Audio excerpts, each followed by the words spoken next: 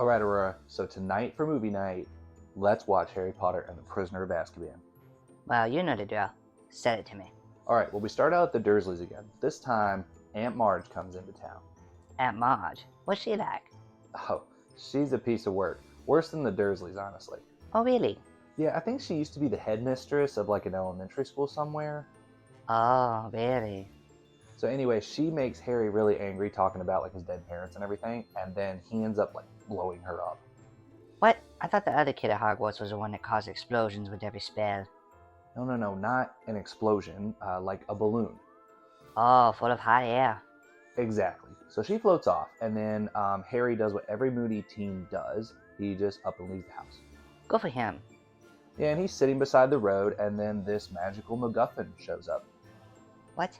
Sorry, I mean the night bus. What's that? This really cool transit service in the Wizarding World that, like, we're never going to see again. Oh, that's a shame. Yeah, so it takes Harry to the Leaky Cauldron, and he starts to read a new book of the monster book about monsters. Well, that's cool.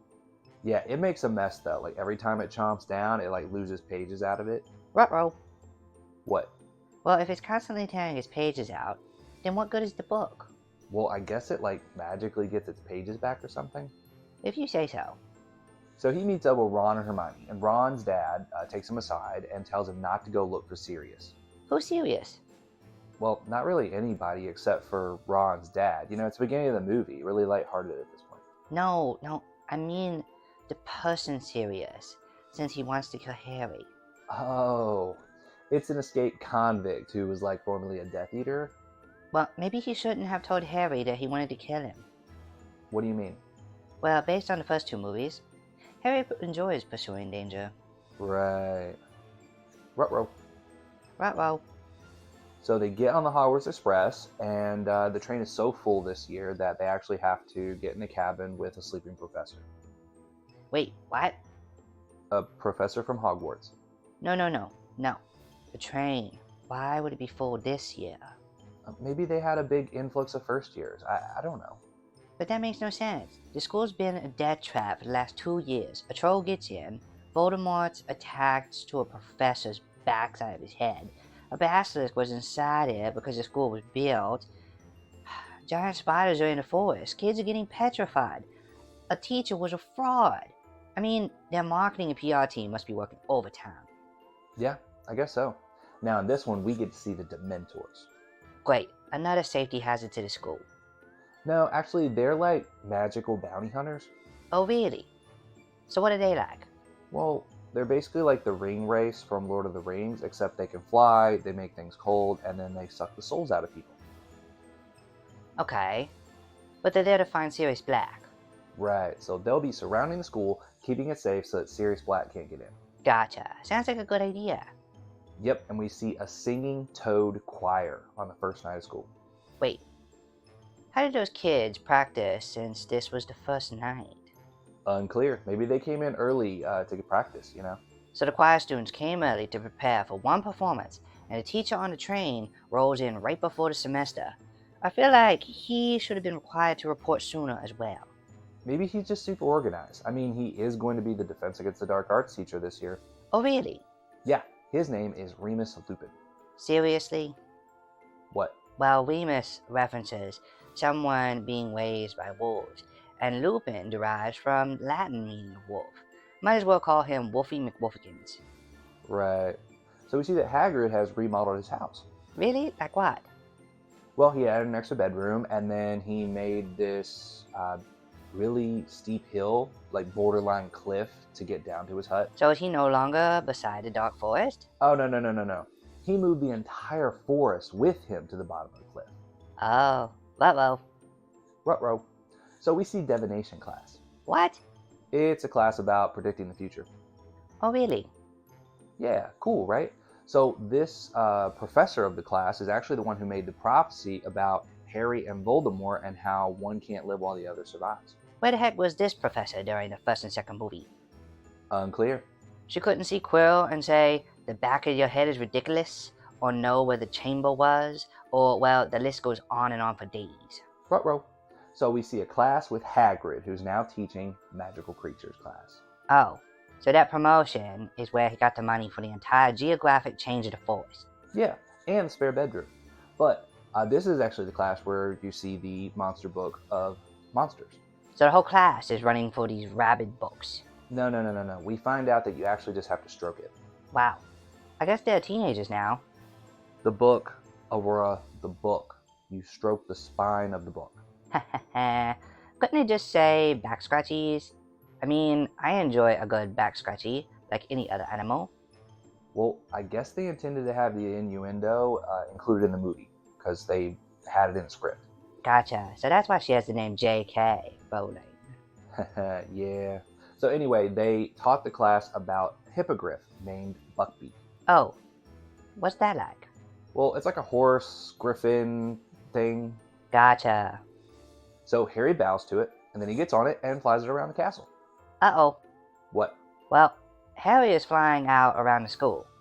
Wouldn't he run into a dementor? Oh. Ruh-roh.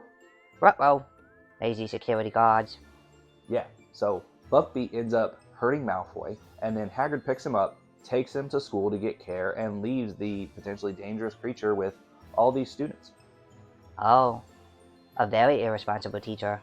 He sure is. And later, we get to see Hogsmeade. What's that? It's a little town near Hogwarts, and we get to see the Slytherin side of Harry as well. What do you mean? Well, he throws a snowball at Draco and his friends, and then he trips them up, and then he actually steals a lollipop from Neville Longbottom. That makes no sense. Well, he was almost a Slytherin. No, I mean what he did. How can he be invisible if he makes snowballs and grabs a sucker from Neville? Wouldn't his hands be visible? Oh, yeah. Ruh-roh. Ruh-roh. So they all have a class learning about werewolves. And there's the Marauders map. Oh, what's that? It's a magical map that shows where everyone in Hogwarts is. Wow, where'd that come from? Well, Fred and George gave it to Harry. But how did they get it? Well, they stole it from Filch's office. Gotcha. So they teach Harry the spells to activate and deactivate it. But how would they know the spells to use for it since they stole it from Filch? Well, ruh-roh. Ruh-roh. So then one night, Harry, Ron, and Hermione are chased by a dog, and Ron gets pulled under this tree. Oh no. Must have been a vicious dachshund. We're very dangerous underground, as we are natural burrowers. Now, it looks more like the wolf from the Neverending Story. Oh, gotcha. So Harry and Hermione do some tree swinging. What? Yeah, Tarzan's got nothing on these two. Anyway, they end up following the tunnel under the tree to a shack nearby. Oh, this is getting serious. What? How did you know he was there? Who? Sirius. That's not what... Never mind. Okay, so anyway, Sirius is there. It turns out he is actually the dog. Oh, he's one of the manga things. Animagus, yes. And then Lupin shows up. He's gotta save the kids from Sirius. No. Him and Sirius play the pronoun game with each other. Oh my god. So the Wizarding Society is politically correct as muggles. No, that's not... Never mind. Anyway, Snape arrives, and Harry wants to know what Sirius and Remus were talking about, so he casts a spell and blasts him back through the room. What? Did he use a powerful spell for that? No, he used his good old Expelliarmus. But that just disarms your opponent. It doesn't blast him across the room. Ruh-roh. Ruh-roh. So Lupin and Sirius show that Ron's rat is actually a man named Peter Pettigrew. Who? Someone who Sirius supposedly killed. Oh, he didn't murder him.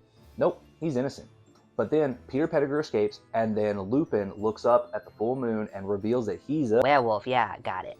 Okay, so anyway, Sirius fights him as a dog, and Lupin runs away after he hears some howling in the distance. What about Sirius? Well, he's hurt, and Harry follows him down beside this pond where the dementors come and start sucking the life out of him. Uh-oh. Yeah, but out of nowhere, this massive Patronus charm is cast, and literally out of nowhere, because we didn't hear anyone even say the incantation. Wow. Okay, so it's over? Oh, no. We get to see Hermione use a time turner. A what? It's a MacGuffin time-traveling device. Wow. Really? Yep, Dumbledore gave it to her. So, where was this time turner when those kids got petrified last year? Or when Voldemort killed Harry's, parents? Oh, yeah. Ruh-roh. Ruh-roh. Yeah, so they use the time turner to do a few things that have already been done that we've already seen. Wait, what? It's not really the Back to the Future logic. Oh, so time travel cannot change or alter the timeline in this universe. Whatever they do, using a time turner was already done by another version of themselves.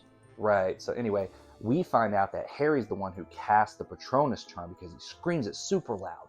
But you said you didn't hear the spell get cast. Oh yeah. Ruh-roh. Ruh-roh. How did Harry even learn that spell? Well, he did use it to put a boggart into a chest one time. Wait. Wouldn't he have to use a ridiculous charm since it was a boggart, not a Patronus? Right. Ruh-roh. Ruh-roh. Then we see that they were the ones that howled at Lupin and he comes down after them. Oh, so did they cast a spell on him? Well, they probably didn't want to hurt him. Oh, so cast Petrificus Totalis. Yeah, that would have been a good idea. Ruh-roh. Anyway, they hop on Buckbeak and they fly around up to the top of the castle, and there's like this prison cell there that's holding Sirius. Must have been hard to get that tower with the dementors and all. Oh, no. They're not around. So who's guarding it? No one. Well, I bet it's got an impenetrable door. No. Hermione casts a spell and blasts it open. Really? A powerful fugitive placed in a cell with a simple padlock on a gate. Well, he didn't have his wand. Really? We've seen Harry blow up his aunt, Lupin cast a Patronus, and Quirrell create a firewall, all with wandless magic. Right. Ruh-roh. Ruh-roh. So Sirius escapes, he hops on Buckbeak, and he flies off. And obviously the Dementors are not around still. Well, at least now this time turner is available for any other horrible things that could happen at the school. Right. So? I say let play. Hey everybody, I hope you enjoyed that video of me and my papa. We greatly appreciate making these videos, and we'd love to know if there's anything you want to see on the channel. Please let us know in the comments down below. Please like and subscribe to the channel, as every like and subscribe helps a little dachshund like me get more treats in my diet. Thank you so much, and remember, Christ is King. Happy trails, Hans. Stop him! Let's go, Happy Finals! But do you still? You can... Look. Here. Talent. Hey, look.